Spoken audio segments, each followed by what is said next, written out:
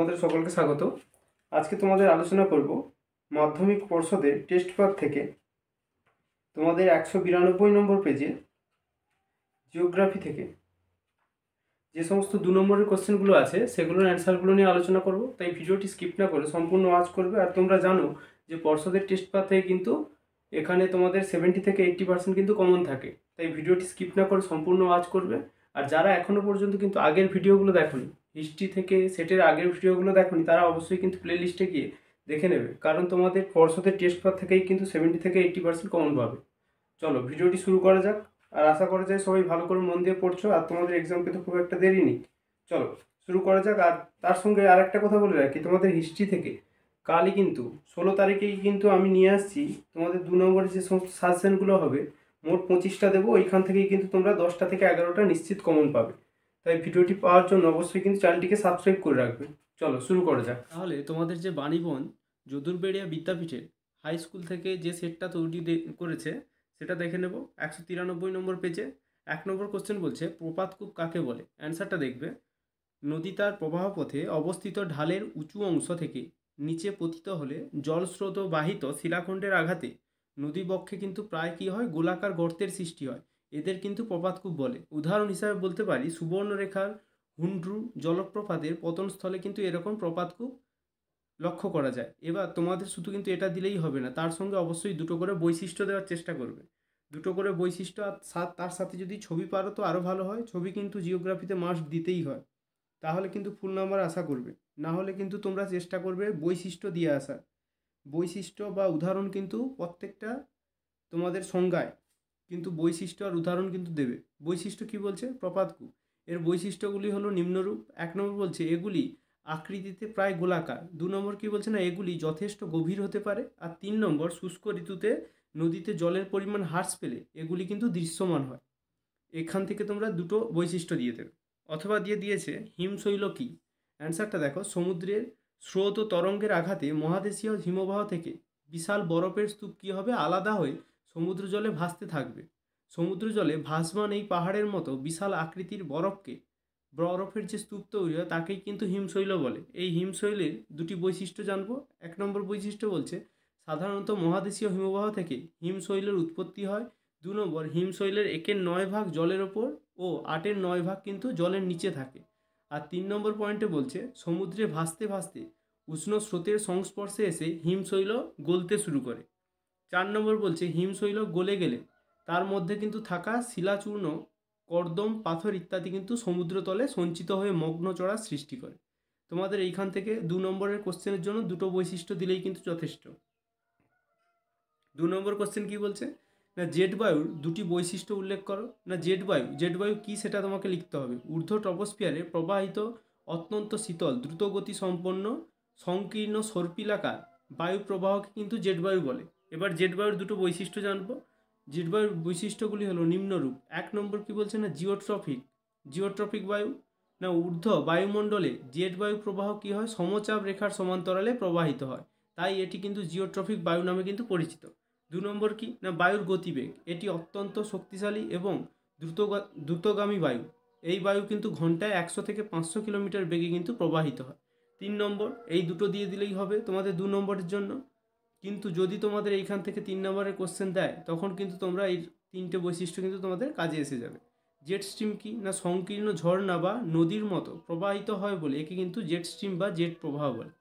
অথবা দিয়ে যে কোশ্চেনটা দিয়েছে এটা কিন্তু আগের সেটেও আমরা দেখেছি। বান ডাকা কি না, জোয়ারের সময় স্ফীত সমুদ্রের জল মোহনা দিয়ে বড় বড় ঢেউ ও জলোচ্ছ্বাসের আকারে নদী খাতে প্রবেশ করে। ঢেউ ও জলোচ্ছ্বাস সহ নদীর এই বিপরীতমুখী প্রবাহকে বলে কিন্তু বান। বর্ষাকালে নদীতে যখন বেশি জল থাকে তখন ভরা কোটালে বা ভরা জোয়ারের জল কিন্তু খুব বেশি উঁচু হয়ে প্রবল বেগে সশব্দে নদীতে কী হবে, প্রবেশ করবে। একে কিন্তু বলা হবে বান ডাকা। বান ডাকার অনুকূল অবস্থাটা জানবো। না কতগুলি বিশেষ অবস্থায় নদীতে বান খুবই প্রবল হয়। যেমন কি তেজ কোটালের সময় নদীতে বান খুবই প্রবল হবে। নদীর মোহনায় চড়া থাকলে, জোয়ারের জল প্রবেশ করার সময় নদীর স্রোতে বা অন্যান্যভাবে কিন্তু বাধা পেলে, নদীর মুখ ফানেল আকৃতির হলে এবং নদী যদি জলপূর্ণ থাকলে নদীতে কিন্তু বান ডাকে। ঠিক আছে, এখান থেকে তোমরা যে কোনো 4টি দিতে পারো। চলো নেক্সট কোশ্চেন কি বলছে, বজ্র ব্যবস্থাপনায় ভরাটকরণ বলতে কি বোঝো। ভরাটকরণ মানেই হচ্ছে তোমাদের ল্যান্ডফিল। ল্যান্ডফিলটা কি না, অ্যান্সার দেখো, বজ্র পদার্থ নিষ্পত্তির জন্য একটি সাইট। এটি বজ্র নিষ্পত্তির প্রাচীনতম এবং সাধারণ রূপ, যদিও দৈনিক মধ্যবর্তী এবং চূড়ান্ত কভার সহ বজ্রকে পদ্ধতিগতভাবে সমাধিস্থ করাকেই কিন্তু ল্যান্ডফিল বা ভরাটকরণ বলে। এই ভরাটকরণে কিছু সুবিধা আছে। কি সুবিধা আছে? 1 নম্বর, রোগ জীবাণুর সংক্রমণ না হওয়া। মাটির মধ্যে ঢাকা দেওয়া থাকলে কি হবে না, বজ্র থেকে কোনো রোগ জীবাণু বায়ুতে ছড়িয়ে পড়তে পারবে না সহজে। আর 2 নম্বর কি না, দুর্গন্ধহীন পরিবেশ। বজ্র ঢাকা দেওয়া থাকলে বায়ু দূষণ হয় না, তাই পরিবেশ কি হবে, দুর্গন্ধহীন হয়ে থাকবে। অথবা দিয়ে কি দিয়েছে না, বজ্রের পুনর্ব্যবহার কাকে বলে না, কার্যকরী পরিচালন পদ্ধতির মাধ্যমে বজ্র পদার্থের সংগ্রহ, অপসারণ, পরিবহন, শোধন, ক্ষতিকর প্রভাব হ্রাস ও পুনরায় বজ্র পদার্থকে ব্যবহারের উপযোগী করে তোলা হয়, তাকে বজ্র ব্যবস্থাপনা বলা হয়। অন্যভাবে বলা যায় কি না, বজ্রের উৎপাদন নিয়ন্ত্রণ এবং অবশিষ্টাংশের বিলি ব্যবস্থা করার প্রক্রিয়াকে কিন্তু বজ্র ব্যবস্থাপনা বলে। বজ্র পদার্থগুলিকে শুধু অপসারণ বা স্থানান্তরের মাধ্যমে নিয়ন্ত্রণ না করে প্রয়োজনে কি করতে হবে, বজ্রগুলির পরিমাণ হ্রাস করতে হবে। পুনর্ব্যবহার এবং পুনর্নবীকরণের মাধ্যমে কিন্তু অত্যন্ত সুপরিকল্পিতভাবে কিন্তু বজ্র পদার্থগুলিকে নিয়ন্ত্রণ ব্যবস্থা গড়ে তোলা যায়। আর এটাই হলো কিন্তু বজ্র ব্যবস্থাপনা। এই বজ্র ব্যবস্থাপনার মূল ভিত্তি হচ্ছে 3R। মনে রাখবে, কখনো কখনো এই কোশ্চেনটা দিয়ে দেয় 3R কি না, 3R কি, রিডিউস বা পরিমাণ হ্রাস। 2 নম্বর হচ্ছে রিইউজ মানে কি, বজ্রের পুনর্ব্যবহার। এবং রিসাইকেল মানে বজ্রের পুনর্নবীকরণ। ঠিক আছে, এই 3টি পদ্ধতিকে কিন্তু একত্রে বলা হয় 3R। 4 নম্বর কোশ্চেন না, মৌসুমি বিস্ফোরণ কি, এটাও আগের সেটে দেখা গিয়েছিল। জুন মাসে দক্ষিণ পশ্চিম মৌসুমি বায়ুর প্রভাবে হঠাৎ করে ভারতীয় উপমহাদেশে মুষলধারে বৃষ্টিপাত হয়ে থাকে। আকস্মিকভাবে সৃষ্ট এই ধরনের নিম্নচাপজনিত দমকা বায়ুসহ বৃষ্টিপাতকে বলা হয় কিন্তু মৌসুমি বিস্ফোরণ। সুতরাং মৌসুমি বায়ুর আগমনের উদ্বোধনী ঘটনা হলো মৌসুমি বিস্ফোরণ। আসলে মৌসুমি বায়ু স্থলভাগে পৌঁছানোর আগে কি হয়, সামান্য হালকা ধরনের বৃষ্টিপাত হয়ে থাকে, কিন্তু তারপর কি হবে, যখন মৌসুমি বায়ু আকস্মিক ও সক্রিয়ভাবে ভারতীয় উপমহাদেশের ভূখণ্ডে প্রবেশ করে তখন তাকে মৌসুমি বিস্ফোরণ বলা হয়। অথবা দিয়ে যে কোশ্চেনটা দিয়েছে এটা কিন্তু আগের সেটেও দেখা গেছে। দুন উপত্যকা কাকে বলে? দুন কাকে বলে না, দুন হলো একটি উপত্যকা। শিবালিক পর্বতের উত্তরে শিবালিক ও হিমালয়ের মাঝে সৃষ্ট অনুদৈর্ঘ্য নিম্ন উপত্যকাকে কিন্তু উত্তরাখণ্ডে স্থানীয় ভাষায় দুন বলা হয়। এবার শুধু দুন দিয়ে দিলে হবে না, এই দুন উপত্যকার ছবি যদি একটা দাও তাহলে কিন্তু ভালো হয়। আর তার সঙ্গে উৎপত্তি কিভাবে ঘটে না, শিবালিক পর্বত মূল হিমালয়ের অনেক পরে সৃষ্টি হয়েছে। শিবালিকের উত্থানের ফলে হিমাদ্রি ও হিমাচল থেকে আগত নদীগুলি গতিরুদ্ধ হয়ে হ্রদ সৃষ্টি করে এবং তা পলি, বালি ও নুড়ি দ্বারা কী হয়, ভরাট হতে থাকে। পরে নদীগুলি শিবালিক কেটে দক্ষিণে প্রবাহিত হলে এদের জল সরে গিয়ে এই অংশে কিন্তু প্রশস্ত উপত্যকা সমভূমি গঠন করে। এর বৈশিষ্ট্য দুটো দেব।